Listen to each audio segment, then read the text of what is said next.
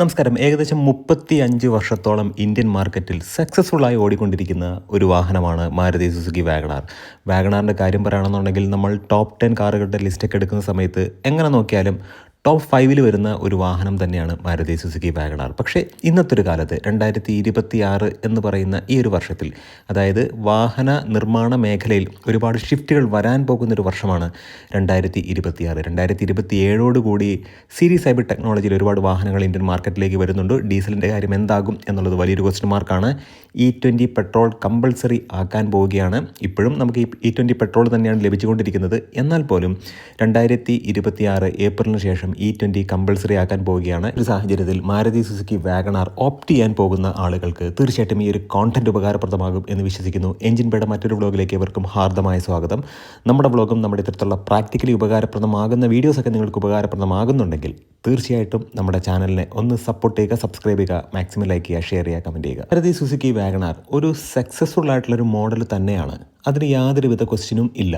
അതാദ്യമേ തന്നെ പറയട്ടെ, ഈ വീഡിയോ എന്ന് പറയുന്നത് യഥാർത്ഥത്തിൽ ഈ ഒരു പ്രൈസ് പോയിന്റിൽ, ഈ ഒരു സാഹചര്യത്തിൽ, കാലഘട്ടത്തിൽ മാരുതി സുസുക്കി വാഗണാർ ഇങ്ങനെ പോയാൽ മതിയോ എന്നുള്ളൊരു ചോദ്യത്തിൽ നിന്നും ഉണ്ടായ ഒരു വീഡിയോ ആണ്.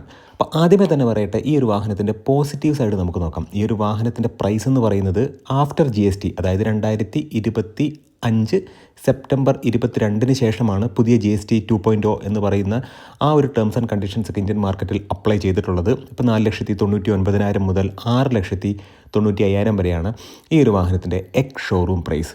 അങ്ങനെ നോക്കുമ്പോൾ 2 എഞ്ചിൻ ഓപ്ഷനാണ് ഈ ഒരു വാഹനത്തിലുള്ളത്. 1 ലിറ്റർ കേട്ടൻ C എന്ന് പറയുന്ന എഞ്ചിൻ, അത് 998 cc 3 സിലിണ്ടർ എഞ്ചിനാണ്.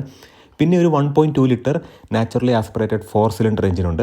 രണ്ടും നാച്ചുറലി ആസ്പിറേറ്റഡ് എഞ്ചിൻ തന്നെയാണ്. ഇത് 1.2 എന്ന് പറയുന്നത് കേറ്റൽ N എന്ന് പറയുന്ന എഞ്ചിനാണ്. 1197 cc 88.50 bhp ആണ്. അത് 6000 RPM ജനറേറ്റ് ചെയ്യുന്നത്. മാരുതിയുടെ മിക്കവാറും എല്ലാ വാഹനങ്ങളിലും എഞ്ചിൻ വരുമ്പോൾ 6000 RPM തന്നെയാണ് മാക്സിമം പവർ ജനറേറ്റ് ചെയ്യുന്നത്. 113 Nm ടോർക്ക്, അത് 4400 RPM ജനറേറ്റ് ചെയ്യുന്നുണ്ട്. അങ്ങനെ നോക്കുമ്പോഴത്തേക്കും 1 ലിറ്റർ എഞ്ചിൻ എന്ന് പറയുന്നത് ഈ ഒരു വാഹനത്തിന് അത്രത്തോളം സ്യൂട്ടാണോ എന്ന് ചോദിച്ചാൽ എൻ്റെ പേഴ്സണൽ അഭിപ്രായത്തിൽ അത്രത്തോളം സ്യൂട്ടല്ല. അതായത് മാരുതി സുസുക്കി വാഗണാറിൻ്റെ 3 സിലിണ്ടർ 1 ലിറ്റർ എഞ്ചിൻ വാങ്ങുന്ന ആളുകൾക്കൊക്കെ ഈ ഒരു വാഹനം അണ്ടർ പവർ ആയിട്ട് ഫീൽ ചെയ്യും. അതെപ്പോഴാണെന്ന് ചോദിച്ചാൽ, നിങ്ങൾ ഹൈവേയിലൂടെ പോകുന്ന സമയത്ത്.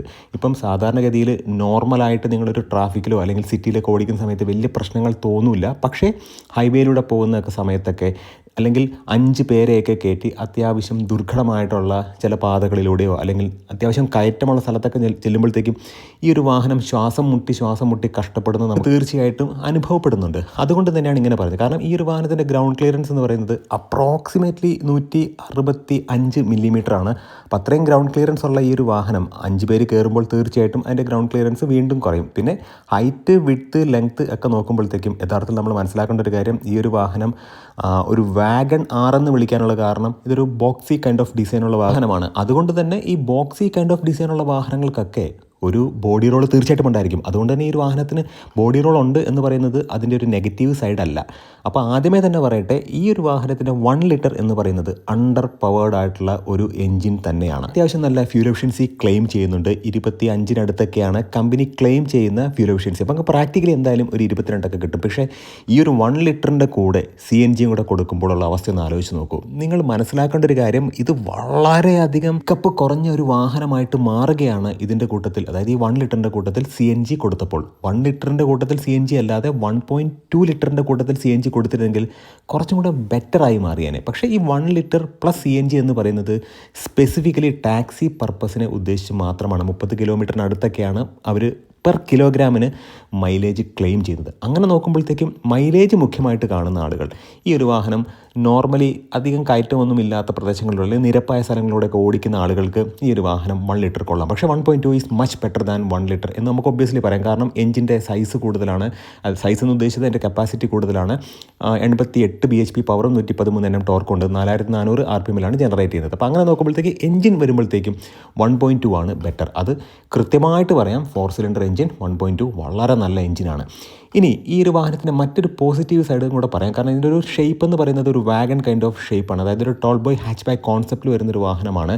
മാരുതി സുസുക്കി എന്തിനാണ് ഈ ഒരു വാഹനത്തെ കൊണ്ടുവന്നത് എന്ന് ചോദിച്ചാൽ ഹ്യുണ്ടായി സാൻഡ്രോ 2006-2007 കാലഘട്ടത്തിലേക്ക് ഇറങ്ങിയ ഹ്യുണ്ടായി സാൻഡ്രോ എന്ന് പറയുന്ന വാഹനത്തിൻ്റെ വളരെയധികം സക്സസ്ഫുൾ ആയിട്ട് മാറി ആ ഒരു മോഡലിൻ്റെ വിജയം കണ്ടുകൊണ്ട് അതിന് കോമ്പറ്റീഷന് വേണ്ടിയിട്ടാണ് ഈ ഒരു വാഹനത്തെ കൊണ്ടുവന്നത് തന്നെ. അപ്പോൾ നമുക്ക് കാര്യത്തിലേക്ക് വരാം. അപ്പോൾ ഈ ഒരു വാഹനത്തിൻ്റെ പോസിറ്റീവ് സൈഡ് എന്ന് പറയുന്നത് ഇതിൻ്റെ ക്യാബിൻ സ്പേസ് ആണ്. നല്ല രീതിക്ക് നമുക്ക് ഹെഡ് റൂം ഉണ്ട്. അത് മാത്രമല്ല നമുക്ക് കയറാനും ഇറങ്ങാനും ഒക്കെ വളരെ എളുപ്പമാണ്. അതാണ് പ്രധാനപ്പെട്ട കാര്യം. 14 ഇഞ്ചിൻ്റെ വീലുകളാണ് ഇപ്പോഴും കൊടുത്തിട്ടുള്ളത്. ഒരു കാര്യം കൂടി എടുത്തു പറയട്ടെ, ഇപ്പോൾ ഇറങ്ങുന്ന വാഗണാറിൻ്റെ ബാക്കിൽ അണ്ടർ തൈ സപ്പോർട്ട് വളരെ കുറവാണ് എന്നുള്ളത് യാഥാർത്ഥ്യമാണ്. പിന്നെ നമ്മളൊരു കാര്യം കൂടി എടുത്ത് പറയേണ്ടതായിട്ടുണ്ട്. ഈ ഒരു വാഹനത്തിനകത്തുള്ള പാർട്സ് അല്ലെങ്കിൽ ബോഡി പാർട്സിൻ്റെയൊക്കെ ക്വാളിറ്റി വളരെ വളരെ മോശമാണ്. കാരണം ടോപ്പ് എൻഡ് വാഹനത്തിന് 8 ലക്ഷം രൂപയ്ക്ക് അടുത്ത് വിലയുള്ളപ്പോൾ നമ്മൾ നോക്കുകയാണ് ഈ ഒരു വാഹനത്തിൻ്റെ സീറ്റ്, ഡ്രൈവർ സൈഡ് സീറ്റിൻ്റെ ബാക്കിൽ നിങ്ങൾ കയറിയിട്ട് ജസ്റ്റ് അതിൻ്റെ പുറകുവശത്ത് ഒന്ന് കൈ വെച്ചൊന്ന് തള്ളി നോക്കിക്കഴിഞ്ഞാൽ അതങ്ങോട്ട് കുഴിഞ്ഞു പോകുന്നതാണ്. കാരണം അതിനകത്ത് വലിയ കാര്യമായിട്ടുള്ള ഫോമോ കാര്യങ്ങളോ ഒന്നുമില്ല. മറ്റൊരു കാര്യമെന്ന് പറയുന്നത് ഇപ്പോഴുള്ള വാഗണാറിൻ്റെ സ്റ്റിയറിങ്ങിൻ്റെ അടുത്ത് നിങ്ങൾ നോക്കുകയാണെന്നുണ്ടെങ്കിൽ അതിനോട് ക്ലോസ് ആയിട്ടാണ് എ സി വെൻറ്റുകളുള്ളത്. അപ്പോൾ എ സി വെൻറ്റ് അങ്ങോട്ടും ഇങ്ങോട്ടും നമ്മൾ അനക്കി കഴിഞ്ഞാൽ പോലും എ സിയുടെ ഫ്ലോ നമ്മുടെ കയ്യിലോട്ട് തന്നെ വരികയുള്ളൂ. പിന്നെ മറ്റൊരു കാര്യമെന്ന് പറയുന്നത് ഡാഷ്ബോർഡ് കുറച്ച് ഉയർന്നാണ് നിൽക്കുന്നത്. ഇതിന് മുമ്പുണ്ടായിരുന്ന വാഗണാറിൻ്റെ മോഡൽ കുറച്ചും കൂടെ ബെറ്റർ ആയിരുന്നു.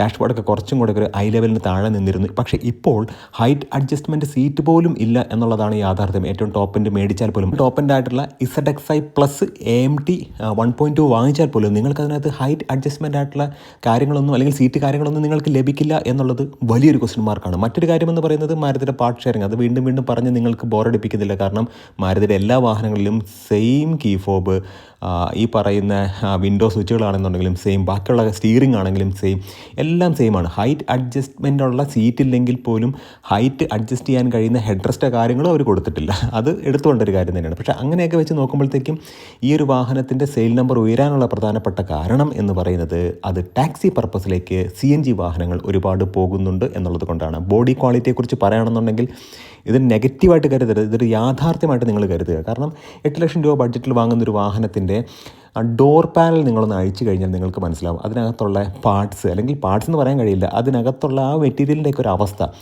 ബമ്പർ ഒന്ന് അഴിച്ചു കഴിഞ്ഞാൽ അതിൻ്റെ ഉള്ളൊരു ക്രോസ് ബാറിൻ്റെ ഒരു അവസ്ഥ നിങ്ങളൊന്ന് കണ്ടിട്ടുണ്ടോ? അപ്പോൾ അത്രമേൽ വളരെ ലൈറ്റായിട്ടുള്ള പാർട്സാണ്. അല്ലെങ്കിൽ ബോഡി ക്വാളിറ്റി എന്ന് പറയുന്നത് വളരെ പുറകിലാണ് നിൽക്കുന്നത്. ബിൽഡ് ക്വാളിറ്റി എന്ന് പറയുന്നതും അത്രത്തോളം ഉണ്ടോ എന്ന് ചോദിച്ചാൽ അതും ഒരു വലിയ ക്വസ്റ്റ്യൻ മാർക്കാണ്. 6 എയർ ബാഗ് സ്റ്റാൻഡേർഡ് ആയിട്ടുണ്ട് എന്നുള്ളൊരു അഡ്വാൻറ്റേജ് തന്നെയാണ്. പിന്നെ എടുത്തു കൊണ്ടൊരു കാര്യം എന്ന് പറയുന്നത് പോസിറ്റീവ് കാര്യമാണ്. ലോ മെയിൻ്റനൻസ് ആണ്. വലിയ കാര്യമായിട്ടുള്ള മെയിൻ്റനൻസ് ഇഷ്യൂസ് ഒന്നും ഈ ഒരു വാഹനത്തിന് വരാറില്ല. ടെക്നിക്കലി നമ്മൾ നോക്കുകയാണെന്നുണ്ടെങ്കിലും മെക്കാനിക്കലി നോക്കുകയാണെന്നുണ്ടെങ്കിലും ഈ ഒരു വാഹനത്തിന് മികച്ച എഞ്ചിൻ സ്പെസിഫിക്കേഷനോ കാര്യങ്ങളൊക്കെ ഉണ്ട്. 1.2ൻ്റെ കാര്യമാണ് പറഞ്ഞത്. 1 ലിറ്റർ ആണെന്നുണ്ടെങ്കിലും വലിയ പവർഫുൾ വാഹനമൊന്നുമല്ല. പിന്നെ AMDയിലേക്ക് വരുമ്പോഴത്തേക്കും വളരെ സൂക്ഷിച്ചൊക്കെ ഈ ഒരു വാഹനം ഓവർടേക്ക് ചെയ്യുക. കാരണം ഞാൻ വീണ്ടും വീണ്ടും അത് പറയുന്നില്ല. AMD പ്ലസ് 1 ലിറ്റർ എന്ന് പറയുന്നത് ശരിക്കും ദുരന്തമാണ്. ദുരന്തം എന്നൊക്കെ ഞാൻ അങ്ങ് പറഞ്ഞതേ ഉള്ളൂ. നിങ്ങൾ അതിനെ അതിൻ്റെതായിട്ടുള്ള രീതിയിൽ എടുത്താൽ മതി. കാരണം 1 ലിറ്റർ AMD എടുത്ത ആളുകളൊക്കെ പിന്നീട് അത് മാറ്റാനുള്ള ഒരു സാഹചര്യം വരുമ്പോഴത്തേക്കും അതിൽ പ്രധാനപ്പെട്ട കാരണം എന്ന് പറയുന്നത് ഇതിൻ്റെ ലാഗ് തന്നെയാണ്. പിന്നെ 1 ലക്ഷം കിലോമീറ്ററിനടുത്തൊക്കെ ആകുമ്പോഴത്തേക്കും അല്ലെങ്കിൽ 80,000 കിലോമീറ്റർ ആകുമ്പോഴത്തേക്ക് AMDക്ക് കംപ്ലയിൻറ്റ് വരും എന്നൊക്കെ ആളുകൾ പറഞ്ഞാൽ പോലും സൂക്ഷിച്ചും കണ്ടും ഓടിച്ചാൽ അത്രമേൽ കംപ്ലയിൻറ്റ് കാര്യങ്ങളൊന്നും വരില്ല. ഇപ്പോൾ തന്നെ AMD യൂണിറ്റിൻ്റെ ഓരോ ഭാഗങ്ങൾ വരെ റിപ്പയർ ചെയ്ത് എടുക്കാവുന്നതാണ്. മാരുതിയുടെ വളരെ മികച്ച സർവീസ് നെറ്റ്വർക്ക് ഉള്ളതുകൊണ്ട് അങ്ങനെ പേടിക്കേണ്ട കാര്യങ്ങളൊന്നുമില്ല. പെയിൻ ക്വാളിറ്റി എന്ന് പറയുന്നത് തീർച്ചയായിട്ടും നിരാശാജനകമായിട്ടുള്ളൊരു കാര്യം തന്നെയാണ്. വളരെ ലൈറ്റായിട്ട് ഇപ്പോൾ നമ്മൾ എവിടെയെങ്കിലും ഒരു വാഹനം കൊണ്ടുപോവുകയാണ്, സൈഡിലുള്ള ചെടിയുടെ കമ്പ് തട്ടിയാൽ പോലും അവിടെ സ്ക്രാച്ച് വരും എന്നുള്ളൊരു കാര്യം 100% ഉറപ്പാണ്. അപ്പോൾ അങ്ങനെയൊക്കെ വെച്ച് നോക്കുമ്പോഴത്തേക്കും ടാറ്റ മച്ച് ബെറ്ററാണ്. പക്ഷേ ടാറ്റയുടെ എൻജിൻ ബേ തുറന്ന് എൻജിൻ നോക്കുമ്പോഴത്തേക്കും അത് ഇതുമായിട്ട് നമുക്ക് കമ്പയർ ചെയ്യാനേ കഴിയില്ല. കാരണം ഇതിൻ്റെ എൻജിൻ വളരെ നല്ലത് തന്നെയാണ്. പക്ഷേ നമ്മൾ മനസ്സിലാക്കേണ്ട ഒരു കാര്യം, ഇന്നത്തെ ഒരു സാഹചര്യത്തിൽ 2026 എന്ന് പറയുന്ന സിറ്റുവേഷനിൽ നിൽക്കുമ്പോൾ മാരുതി സുസുക്കി വാഗണാർ ഒരുപാട് മാറാനുണ്ട്. 8 ലക്ഷം രൂപ ബഡ്ജറ്റിൽ നിൽക്കുന്ന ടോപ്പ് എൻഡ് നിൽക്കുന്ന ഇത്തരം വാഹനങ്ങളൊക്കെ അല്ലെങ്കിൽ ഈ ഒരു മോഡലുകളൊക്കെ തീർച്ചയായിട്ടും ഇനി അങ്ങോട്ടുള്ള ഒരു സാഹചര്യത്തിൽ ഈ തരം പഴയ ഒരു പേര് വെച്ചിട്ട് മുൻപോട്ട് പോകാൻ കഴിയുമോ എന്നുള്ളത് വലിയ ക്വസ്റ്റ്യൻ മാർക്ക് തന്നെയാണ്. ഫ്ലക്സ് ഫ്യൂലിലൊക്കെ ഈ ഒരു വാഹനം തീർച്ചയായിട്ടും വരും. പക്ഷേ എന്തായാലും ടോപ്പ് 10 ടോപ്പ് 5 ഈ ഒരു വാഹനം വരുന്നുണ്ടെങ്കിൽ അതിന് ഏറ്റവും പ്രധാനപ്പെട്ട കാരണം എന്ന് പറയുന്നത് ടാക്സി പർപ്പസിലേക്ക് CNG വാഹനങ്ങൾ ഒരുപാട് പോകുന്നത് കൊണ്ടാണ്. മറ്റൊരു കാര്യം എടുത്തു വരട്ടെ, ഇപ്പം പ്ലാസ്റ്റിക് ക്വാളിറ്റി നോക്കുകയാണെന്നുണ്ടെങ്കിൽ ഒരുപാട് പുറകിലാണ്. ബാക്കിൽ പോലും നമ്മൾ നോക്കുകയാണെന്നുണ്ടെങ്കിൽ ഈ സീറ്റിൻ്റെയൊക്കെ ക്വാളിറ്റി കുറച്ചും കൂടെ ബെറ്റർ ആക്കാമായിരുന്നു. കാരണം ഈ ഒരു ടോപ്പ് എൻഡ് മോഡലൊക്കെ കുറച്ചും കൂടെ നല്ല സീറ്റ് കാര്യങ്ങൾ, ഹൈറ്റ് അഡ്ജസ്റ്റ്മെൻറ്റ് കാര്യങ്ങളൊക്കെ കൊടുക്കാമായിരുന്നു. അതുപോലെ തന്നെ ഹെഡ് റെസ്റ്റ് ആണെന്നുണ്ടെങ്കിലും ഹൈറ്റ് അഡ്ജസ്റ്റ്മെൻറ്റ് ഫിക്സഡ് അല്ലാത്ത രീതിയിൽ കൊടുക്കാമായിരുന്നു. പക്ഷേ ഇങ്ങനെയുള്ള കാര്യങ്ങളൊക്കെ നോക്കുമ്പോഴത്തേക്കും ഒരു കാര്യം കൂടി എടുത്തു വരട്ടെ, ലൈറ്റ് എന്ന് പറയുന്നത് ഈ ഒരു വാഹനത്തിൻ്റെ ലൈറ്റിൻ്റെ ത്രോ ഒക്കെ വളരെ വളരെ മോശം എന്ന് തന്നെ പറയാം. കാരണം ഈ ഒരു വാഹനം വാങ്ങിച്ചിട്ട് നമ്മളൊരു പുതിയ വാഹനം മേടിച്ചിട്ട് അതിന് ലൈറ്റിന് വെളിച്ചമില്ല എന്ന കാരണത്താൽ അത് വീണ്ടും അഴിച്ച് അതിൻ്റെ ലൈറ്റ് ഇളക്കി മാറ്റിയിട്ട് വീണ്ടും ഒരു നല്ല പവറുള്ളൊരു ബൾബ് വെക്കേണ്ട ഒരു അവസ്ഥ ഒന്ന് ആലോചിച്ച് നോക്കുക. കമ്പനിക്ക് അത്രമേൽ പണം കൊടുത്തിട്ട് പോലും ലൈറ്റ് തീരെ കുറവാണ് ഈ ഒരു വാഹനത്തിന്. തീർച്ചയായിട്ടും ഈ ഒരു വാഹനത്തിൻ്റെ പ്ലസ് പോയിൻ്റ് എന്ന് പറയുന്നത് 1.2 എഞ്ചിനാണ്. വളരെ മികച്ച എഞ്ചിനാണ്. AMTയുമായിട്ട് കമ്പയർ ചെയ്യുമ്പോഴത്തേക്കും നല്ല ക്യാമറ ബാറ്ററി തന്നെയാണ്. നല്ല സ്പേസ് ഉണ്ട്, കയറാനും ഇറങ്ങാനൊക്കെ കഴിയും. പ്രായമായ ആളുകൾക്കൊക്കെ വളരെ യൂസ്ഫുൾ ആയിട്ടുള്ള രീതിയിൽ സ്യുവൽ സീറ്റുകളൊക്കെ ഇനി വരാൻ പോവുകയാണ്. അത്തരത്തിൽ കൺവീനിയൻ്റ് ആണ്. ട്രോഫോബിക് ആയിട്ടുള്ള ഫീലുകൾ കാര്യങ്ങളൊന്നും ഉണ്ടാവില്ല. പിന്നെ നമ്മൾ ലേഡീസൊക്കെ ഒരു വാഹനം വാങ്ങിച്ച് ഓട്ടോമാറ്റിക് ഉപയോഗിക്കുന്ന സമയത്ത് അവർക്ക് ഹൈറ്റ് അഡ്ജസ്റ്റ്മെൻറ്റ് സീറ്റ് ഇല്ലാത്തത് വലിയ ബുദ്ധിമുട്ട് ഉണ്ടാക്കും. പിന്നെ ഒരു കാര്യം എന്ന് പറയുന്നത് ഈ ഡാഷ്ബോർഡിൻ്റെ ആ ഒരു ലേഔട്ടും അത് മാത്രമല്ല അതിൻ്റെ പ്ലേസ്മെൻറ്റൊക്കെ കുറച്ച് ബുദ്ധിമുട്ടുള്ള രീതിക്കാണ്. കാരണം വിസിബിലിറ്റിക്ക് നല്ല കാര്യമായിട്ട് ബുദ്ധിമുട്ടുണ്ടാക്കുന്നുണ്ട്. അത് മാത്രമല്ല ഇപ്പം നമ്മൾ നോക്കുകയാണെന്നുണ്ടെങ്കിൽ സ്റ്റിയറിംഗിൻ്റെ ഹൈറ്റ് അഡ്ജസ്റ്റ്മെൻ്റ് ഉണ്ട്. അതായത് ടെലസ്കോപ്പിക് അല്ല, ടിൽട്ടാക്കാൻ നമുക്ക് പറ്റും. അപ്പോൾ ടിൽറ്റ് ചെയ്ത് മുകളിലേക്ക് വെക്കുന്ന സമയത്ത് ഈ മീറ്റർ ക്ലസ്റ്ററിനെ കംപ്ലീറ്റ് അല്ലെങ്കിൽ മീറ്റർ ക്ലസ്റ്ററുള്ള കാര്യങ്ങൾ നമുക്ക് കൃത്യമായിട്ട് നോക്കിക്കാണാൻ കഴിയില്ല. സ്റ്റിയറിംഗ് മുകളിലേക്ക് ഉയർത്തുന്ന സമയത്ത് നമ്മൾ അത് മീറ്റർ ക്ലസ്റ്ററിനെ മറയ്ക്കുന്നു എന്നുള്ളത് പ്രധാനപ്പെട്ട ഒരു പോയിൻ്റാണ്. തീർച്ചയായിട്ടും ഈ ഒരു കോണ്ടന്റ് ഉപകാരപ്രദമായി എന്ന് വിശ്വസിക്കുന്നു. നല്ല നല്ല ഇൻഫോർമേറ്റീവ് ആയിട്ടുള്ള വീഡിയോസ് നമുക്ക് വീണ്ടും കാണാം. മാരുതി സുസുക്കി വാഗണർ നല്ലൊരു വാഹനം തന്നെയാണ്. പക്ഷേ ഇന്നത്തെ ഒരു സാഹചര്യത്തിൽ 2026 നിൽക്കുമ്പോൾ ഒരുപാട് മാറ്റങ്ങൾ ഇനിയും വരേണ്ടതായിട്ടുണ്ട്. നിങ്ങളുടെ സ്നേഹത്തിനും സപ്പോർട്ടിനും ഒരിക്കൽ കൂടെ നന്ദി പറഞ്ഞുകൊണ്ട് ഈ വ്ലോഗ് ഇവിടെ കൊണ്ട് നിർത്തുന്നു. നന്ദി, നമസ്കാരം.